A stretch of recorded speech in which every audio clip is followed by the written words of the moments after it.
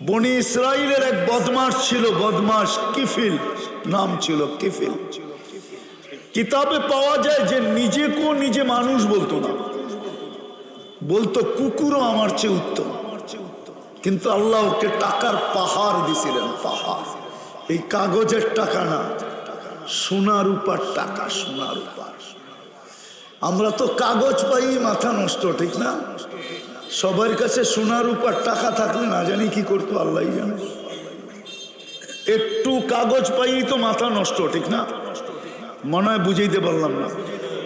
আগের টাকা তো ছিল সোনার আর রূপার।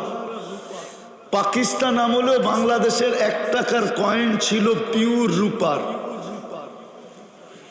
মুর্শিদাবাদের জমিদারের আমলে এই পুরা বাঙ্গালের টাকা ছিল রূপার আর সোনার। এখনো একটা 20-25, এখনো একটা 2500 3000 বিক্রি হয় একটা রূপার টাকা, 1 তোলা কয়েন হিসাবে বিক্রি হয়। যাক, যেটা বুঝাইতেছিলাম, ওকে আল্লাহ টাকার পাহাড় দিছিল। ও প্রতি রাত্রে একজনকে ধরে নিয়ে আসতো ব্যভিচারের জন্য। একদিন এক মেয়েকে ধরে নিয়ে আসছে, কামরায় ঢুকায় দিয়া বলছে, আমি প্রস্তুতি নিয়ে আসতেছি, তুই অপেক্ষা কর। একটু পরে আইসা দেখতেছে মেয়ে অজোরে কাঁদতেছে। তো জিজ্ঞাসা করছে, ওই মেয়ে কাঁদিস কেন? তোকে তো জোর করে আনি নাই, তুই সদিচ্ছায় আমার হাতে ধরা দিছিস, তোর সাথে দরদাম হয়েছে, তারপরেই তো আমার সাথে আসছিস, তুই কাঁদিস কেন? তো বলছে, শোন কিফিল, আমি বাজারি মেয়ে না, আর এটা আমার পেশাও না। যে কোনো বিপদ আমাকে তোর হাতে ধরা দিতে বাধ্য করছে, কিন্তু আমি কাঁদি কেন জানিস? কালকে এই চেহারাটা আমি আল্লাহকে কি করে দেখাবো। শুধু শুনতে দেরি, তীর মারলেও মনে হয় কিফিলের দিলে এত জোরে লাগতো না, এত রক্তক্ষরণ হতো না। কিফিল একটা চিৎকার দিছে আর মাটিতে পড়ছে। বলছে, বোন, এই পর্যন্ত তো তোর গায়ে হাত দেওয়ার তো দূরের কথা, আঙ্গুল পর্যন্ত দেই নাই, এখনই তোর এই অবস্থা? তুই আল্লাহকে চেহারাটা কি করে দেখাবি? এই জন্য তুই কাঁদতে কাঁদতে নিডাল, অজরে কাঁদতেছিস। আমার কি হবে কালকে, আমার কি হবে বলে একটা চিৎকার দিছে আর মাটিতে পড়ে গেছে।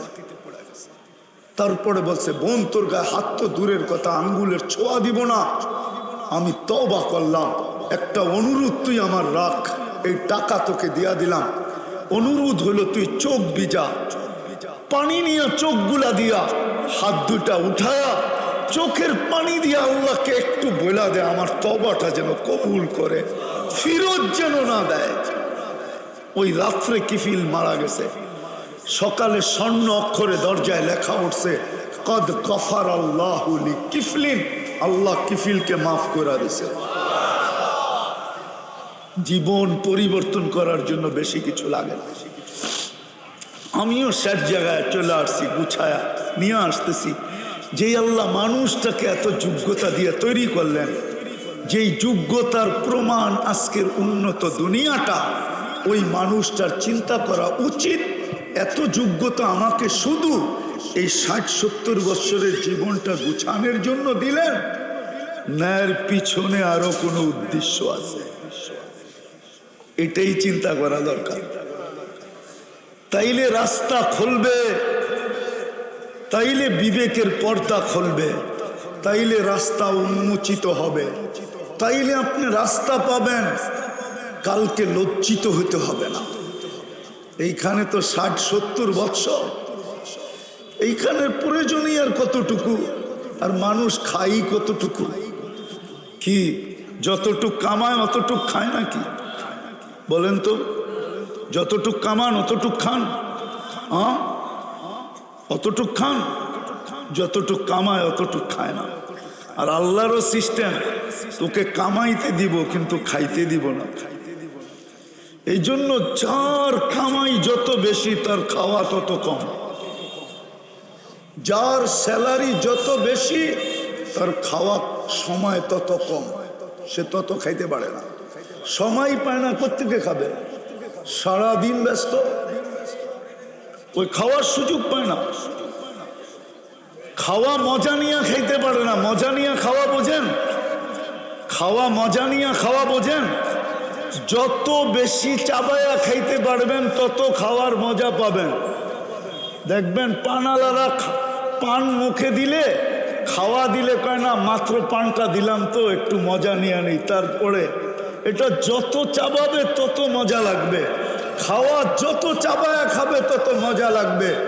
যারা ব্যস্ত বেশি ওরা খাওয়া চাবায়া খাইতে পারে না, গিলা গিলা খায় খালি।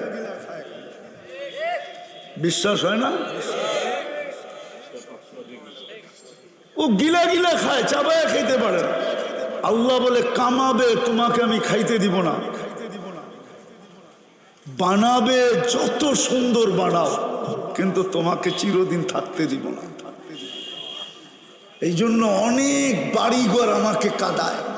যখন গ্রামগঞ্জে যাই না তো অট্টালিকা দেখলে চোখে পানি চলে আসে যে হায় এত সুন্দর বাড়ি, এত টাকা ব্যয়। আমি বললাম না, নাইলে আমি চিনি। বাংলাদেশে এক বাড়ি আছে, আপনাদেরকে বলবো না, কিন্তু নেটে গেলে পাবেন আপনারা। এর চেয়ে ব্যয়বহুল বাড়ি বাংলাদেশে অদ্বিতীয় নাই। ওই বাড়িও আমি চিনি, আমার যাওয়া আসা আছে। কিন্তু মাঝে মাঝে গেলে দিলের ভিতরে ধাক্কা লাগে যে হায় এত ব্যয়বহুল বাড়ি, কিন্তু মরতে দেরি। বাড়ির মানুষগুলো তো নির্দয়ের পরিচয় দিতে দেরি করবে না, নিষ্ঠুরতার পরিচয় দিতে দেরি করবে না, নির্মমতার পরিচয় দিতে দেরি করবে না, মায়াহীনতার পরিচয় দিতে দেরি করবে না।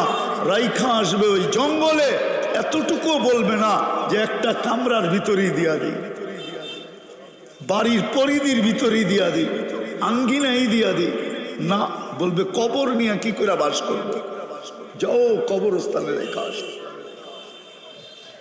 আল্লাহ বলে বানাবে তোমাকে আমি থাকতে দিব না। আমি চিনি, আমি চিনি, রাগ হয় না। আপনাদের পায়ে ধরে এই জন্য বুঝাই, আমি বাংলাদেশে চিনি বাড়ি কমপ্লিট ঢুকতে পারে নাই।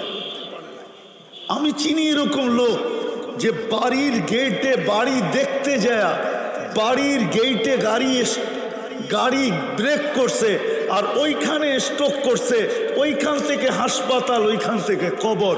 এমন লোক আমি চিনি বাংলাদেশে। আল্লাহ বলে বানাবে যত খুশি সুন্দর বানাও, তোমাকে থাকতে দিব না। জমাবে, দেশে জমাও আর বিদেশে জমাও, যেখানে নিয়ে জমাও, আমি তোমাকে ভোগ করতে দিব না। এটাই চির সত্য। বিদায় আমার কথা শুরু ছিল যে আল্লাহ মানুষটাকে এত যোগ্যতা দিয়ে সাজাইলেন, ওই মানুষটার একটু চিন্তা করা উচিত। যেই মানুষের যোগ্যতা দ্বারা দুনিয়াটাকে এতটি উন্নতি দিলেন, ওই মানুষগুলার একটু চিন্তা করা উচিত আমার এই যোগ্যতা, এই যোগ্যতার ভান্ডার, যেটাকে আল্লাহ সোনা রূপার ভান্ডারের চেয়ে বড় তুলনা দিলেন, আন্নাস মাআদিন কামাদিনিদ যাহাবি ওয়াল ফিদ্দা, ওই মানুষটার চিন্তা করা উচিত যে আমাকে শুধু এই ছোট জীবনটা গুছানোর জন্যই এত যোগ্যতা দিয়ে সাজাইলেন, শ্রেষ্ঠত্বের মুকুট মাথায় দিলেন, সৃষ্টির ভিতরে সবচেয়ে সুন্দর গঠন দিলেন, সৃষ্টির ভিতরে সবচেয়ে সৌন্দর্য দিলেন,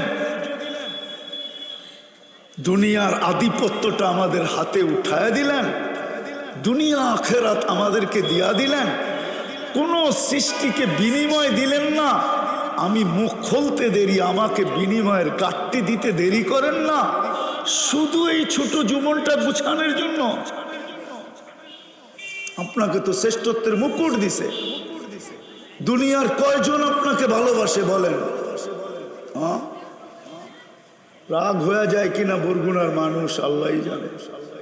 হ্যাঁ, কি এত ভালোবাসা বিয়া করলেন, এখনো তো ওনার কাছে গেলে রিপোর্ট পাওয়া যাবে যতটুক ভালোবাসা আপনার থেকে চাইছিল এতটুকু আপনি দেন না এখনো, ঠিক না? হ্যাঁ, কি দিছেন নাকি? এই অভিযোগ নাই? হ্যাঁ, যার কাছে সব হারায় ফেললেন, হারাইতে হারাইতে বুড়া হয়ে গেলেন, এখন তো ওনার কাছে গেলেও উনি আপনাকে পছন্দ করে না, কয় দূরে সর। মনে হয় বুঝাইতে পারি না, রাগ হয়ে গেল কি না আল্লাহ জানে। কি ওনার কাছে গেলেও তো কি বলে দূরে সরো, অথচ সব তো হারায় দিলাম। হ্যাঁ, সত্য তো?